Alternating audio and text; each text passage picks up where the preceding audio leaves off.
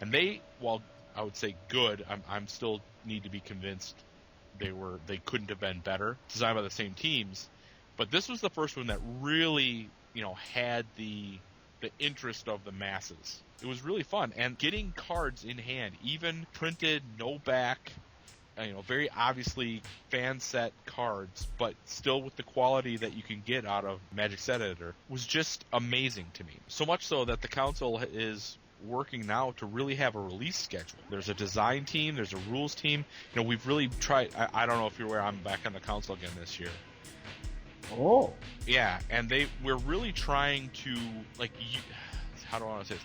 The Star Wars game has an amazing setup as far as their council goes. They have a group of people that are doing R&D and releasing sets and doing rules adjustments, and we realize that why rebuild the wheel if we can use a lot of the efforts that other people have done, successful groups. Mm-hmm. And so we're doing a lot of things that kind of mirror what that Star Wars playgroup has done. And so, we're looking at trying to get more sets out, doing real R&D. People are apprehensive to spend, because they weren't cheap, don't get me wrong. I mean, we had to pay your standard printing costs for printing and laminating and cutting and all that stuff. They were, it was a good... I may just pick one up, Well, they're going to be hard to just pick up because, again, because they were done order by order. Mm-hmm.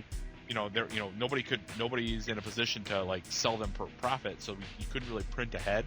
But there is interest in some more reruns, so I would definitely get logged back into the forums. The DLL set thread is pretty regularly at the top of the list, and get your name out there if you're interested in the set, because if they do reprint, it'll be based on quantity. Oh, that'll be cool. Yeah, and anybody else who's listening as well. I mean, the set was just awesome. So. But yeah, I mean, we're working on doing things like a large set and then a small set alternating in order to make sure that people who, maybe can't afford the cost of a complete set of 4 of a 250 card set. Mm-hmm. I think the price was $150, which was, pretty good for the quality of the printing that was done. Mm-hmm. But a lot of people said, I can't afford to spend that kind of money for a game that we're supporting from a hobby level. Yeah. So they're going to be alternating large and small size sets so that people can get in when they want to get in. We've got breakdowns for rules assignments and R&D and testing and flavor. There's a real push from the community to allow designers that really kind of want to get their sets, their custom sets, in the hands of users. Mm-hmm. Having maybe not a council approved set for things like Worlds at Gen Con and things like that, but at least approval by saying, this fits our rules and the naming criterias and the text syntax and things like that. Really pushing hard from our side to keep the game alive. So, UD popping up is going to be huge for us, I think. Oh yeah. So, my question to you is this. Yes. Is there going to be a somewhat fun set called the Ring is Chosen set? You guys have inspired quite a bit of fan cards here and there. I mean, I remember making a Cliff card and a Squire card at one point. Yeah. I don't think we have the pull like we used to merit having our own cards, but you know what? Cliff has been real busy with his store. Oh yeah. I've been busy just life in general, and I guarantee if Versus were brought back, whether it's Versus 2.0 or our game or somewhere in between, the Ring of Chosen would definitely rise from the ashes to get back on and help support this game. I mean, he and I, Cliff and I, always said that the only reason we did our show was because of the fans. Yep. The people that listened every week and commented and kept us, corrected us when we were wrong, and that was often, and and helped us move forward. And we did over 100 shows, and I can't say that there were many that I did just for me. Mm-hmm. So, Versus comes back, it would be almost a moral imperative for Cliff and I to get the show running again and help UDE get the game back on its feet globally. So, as far as cards, I just want to play the game with my friends again. Mm-hmm. So. Yeah, and that's pretty much what it's all about. Yeah, absolutely. Having a chance to sit down with the friends and go into friendly combat with cards. Yeah. I have a small group of players that we get together pretty regular and we shuffle a lot, but there was always that the friendly competition of a versus tournament. Yeah, going home with a 3-3 record and still smiling was why I played the game. Yeah. Oh, I hear you, man. Right? So I'm really excited to see what comes out of it. Yeah. I think my personal opinion is that Versus needs an evolution, and maybe this is their chance to make that evolution. There was a critical point in card design and the game design that needed to be hit and kind of like put the anchors in and say, okay, we can't go farther this way. Now we have to back up and improve gaps. Yes. I made a comment on the forums that even Magic, after 15 years of success, stepped back and said, you know what, we got to change a couple of these things. It's just wrong. Yeah. And it was for the best, Versus. And that's incredible. Yeah, right? And nobody cared. Everybody just said, all right, let's roll. That is, wow. That's phenomenal.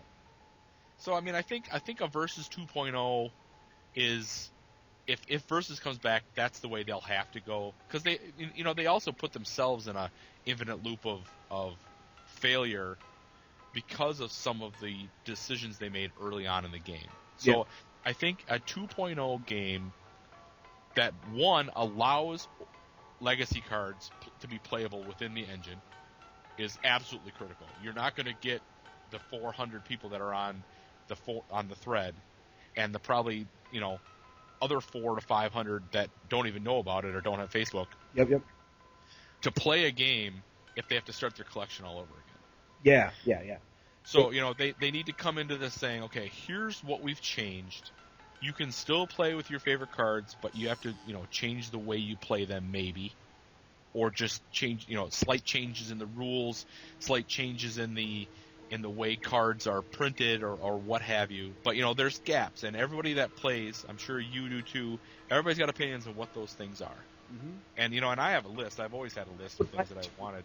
I would like to see more of the kind of the way that the Coming of Galactus, more stuff like that. Yeah. That's a new way of playing the game. And that I found that it was always fun. Yeah, absolutely. Put some decks together and go up against something that big and that epic. I always felt like the game needed one more level of playability. What I used to call it would be event cards or story cards. Something that would change subtly or dramatically, depending on how you looked at it, how each round was played. Well, to a certain extent, the alter ego cards did that. Exactly, but they needed more of them, and they needed to be playable within decks, not as its own format. I was thinking about things like, maybe and I'm just throwing this out there because this is what's in my head, a purple bordered card that's like a story arc card, and something along the line of like, flip it at the start of the game, or flip it as a resource, can't be targeted, can't be KO'd, and for the remainder of the game, characters that are JLA are automatically reinforced, or something like, game cannot be lost until turn 8, or something, things that just didn't affect the game, but affected the end result somehow. And the cool thing would be that those would be the sort of things that could represent epic story arcs and storylines in the comic realm, but yet not necessarily drive an entire set development. No, so, to your point... That right there is a step forward. Right. And I'm all for that. And to your point, the Alter Ego and the Galactus formats, more of that needed to happen. Yes. So many people are just casual groups. They wanted that to keep buying the game. Mm-hmm. So... Yeah, it was a way to... It was a way to break from the comic. To go in a different direction. Yeah. Well, and let me ask you a question here. As a player, as a gamer, if once a set, UD had released, maybe I'll just come up with something off the top of my head. Like say a prepackaged box that had like 6 alter egos and maybe a scenario or something in it. It was like $12 to get a set of them. you'd have bought them, right? Yeah. If every set would have had alter egos just to kind of twist things up for your local play. Yep. Or, right? I mean, everybody would want those, especially they were making them those extra large size cards. Everybody loves those things, even if you can't put them in a box, right? Oh yeah, I what I did was I printed them out, and I kept them in special plastics so they would stand out. I was like, all right, I would flip them over so no one would see what they had. It's like, okay, before the game, pick one of these, and whatever it says, that's what you do. Yeah, exactly. Again, another great format change. Over time, you'd have, say you even go back and say you print 5 per set. That'd be 20 a year at their old schedule.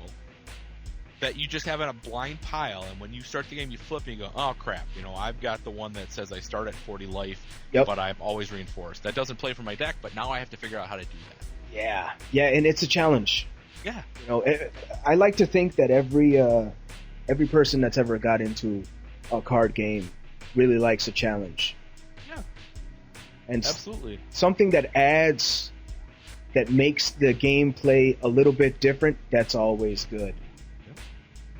I think the moment in my Versus career that made me realize what I cared most about was when Michael, Big Spooky Barnes, and I started doing our Janktastic challenges. Oh, I used to love when you talked about that. Yeah, I mean, there was something just the big joyful about stuff. What's that? Like the big 100, like where you had 100 cards and all. No, I was even going to go as far as he and I used to have we'd planned to meet at an event. And it was unfortunate that we only had 2 chances to do this, but the community each picked 3 random cards. You had to build a deck that had to be able to play those 3 cards, and you couldn't win the game unless you had played all 3 of those cards. Yeah, that is a challenge. I like right. And it was so much fun to what?